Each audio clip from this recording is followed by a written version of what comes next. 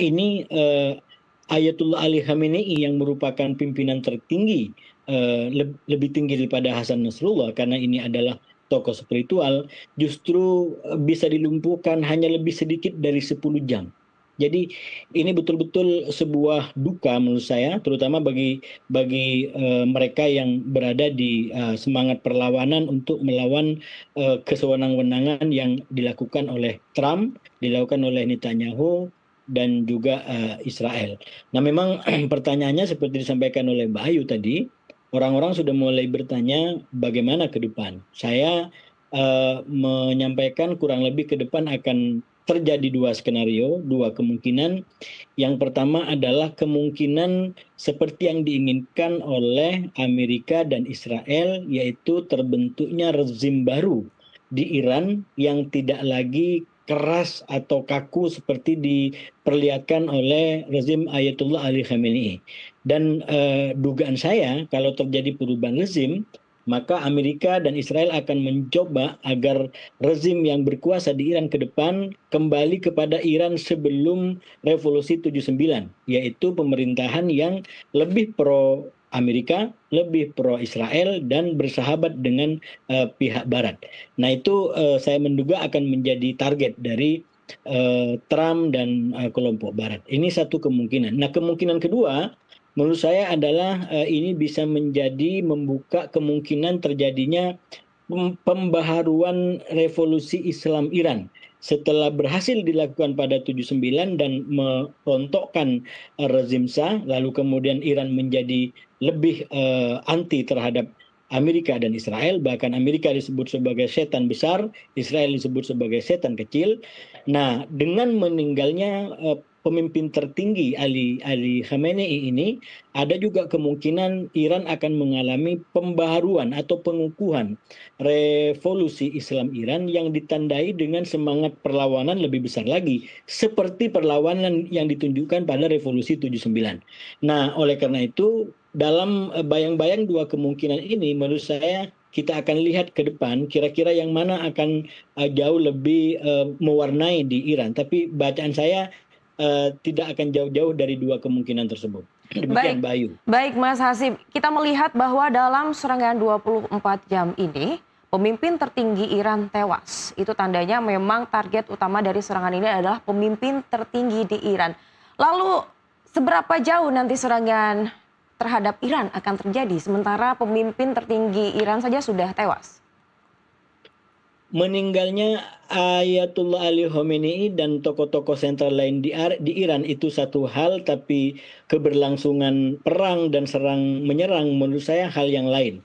Minimal kalau kita baca dalam konteks 24 jam yang sedang berlangsung, katakanlah seperti yang saya bilang tadi, ini Ayatullah Ali Khamenei sudah dipastikan meninggal oleh Trump pada kisaran jam 4 pagi waktu sini. Tapi pada waktu yang sama, Iran masih melakukan serangan yang sangat-sangat intensif, sangat-sangat kuat, baik ke Tel Aviv, baik ke Israel, ataupun ke negara-negara Arab Teluk, di mana ada pangkalan Amerika di situ.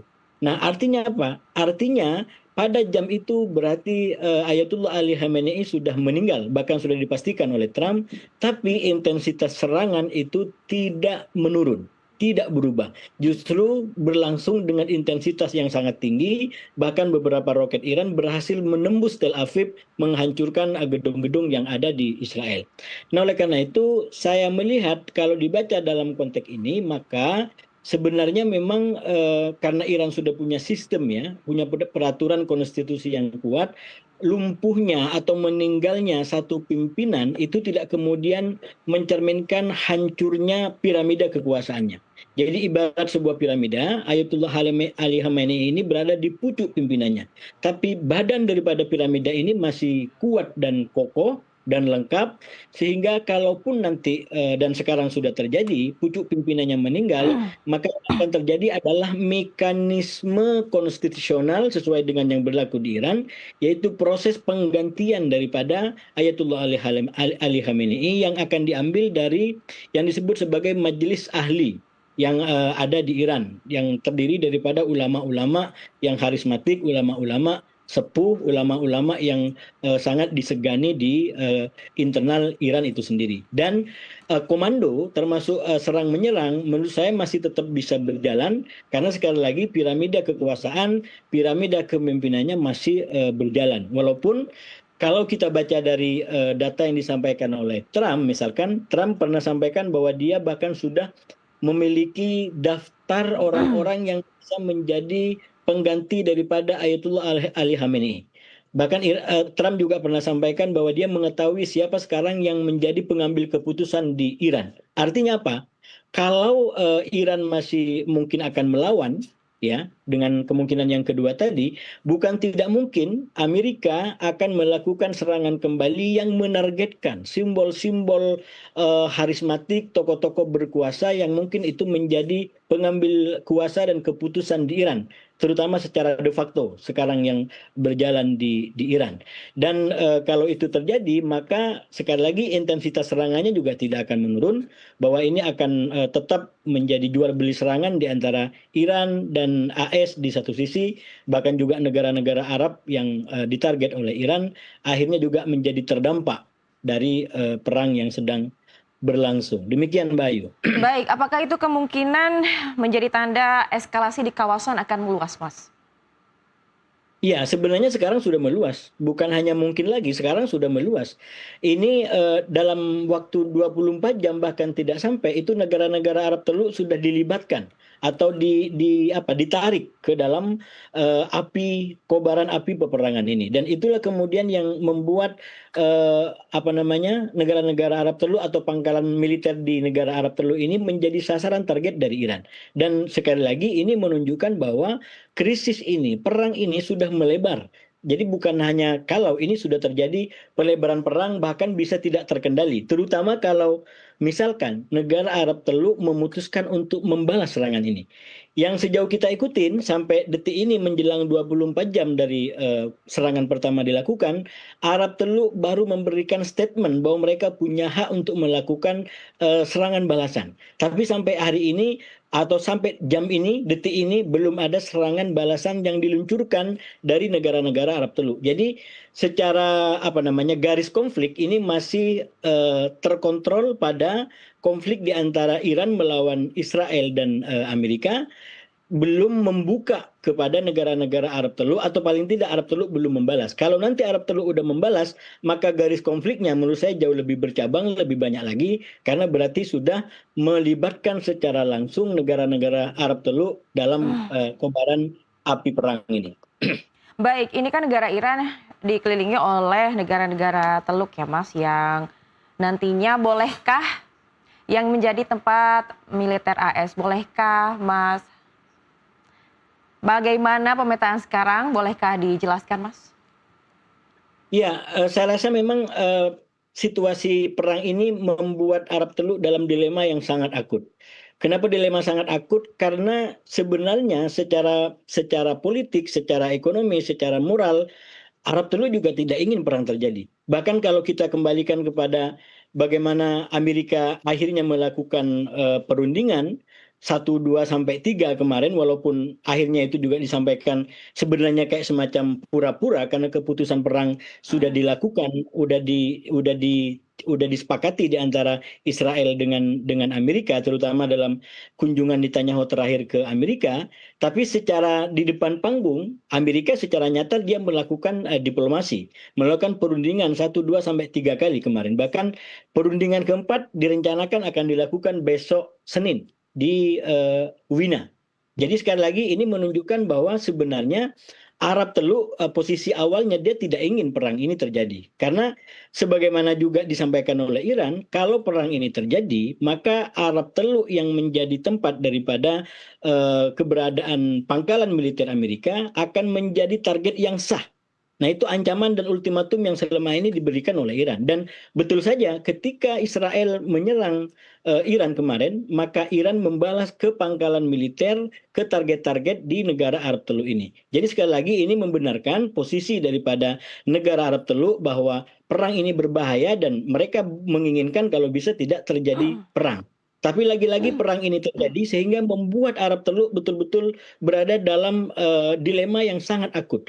Kalau dia melawan, maka berarti dia masuk dalam skenario Israel. Sebenarnya perang ini adalah skenarionya adalah Netanyahu.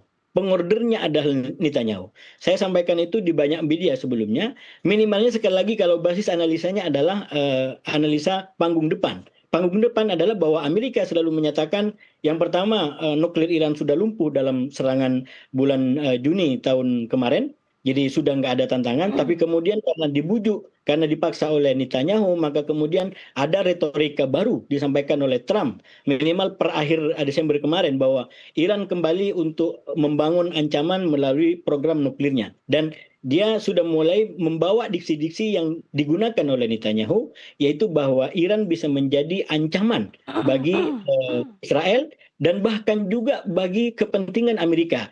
Itulah paling tidak yang disampaikan oleh Menlu Amerika terakhir, ya, di mana sudah menyampaikan bahwa Iran bisa rudalnya bisa menjangkau ke Amerika, bisa menjangkau ke Eropa. Jadi Israel sebagai pengorder perang sudah berhasil memasukkan diksi-diksi kekhawatiran, diksi-diksi keancaman kepada para pengambil kebijakan di Amerika Serikat. Sehingga akhirnya dengan serangan ini maka kemudian Israel betul-betul memenangi upaya ini semua. Dia menjadi pembuat skenarionya, dia menjadi pemutus daripada kebijakan perang ini.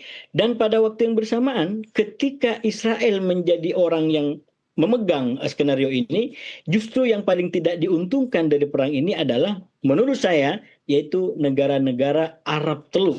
Dia tidak punya kartu. Dia ke kanan salah, dia ke kiri salah. Dia menyerang balik kepada Iran, artinya dia ikut dalam skenario Israel.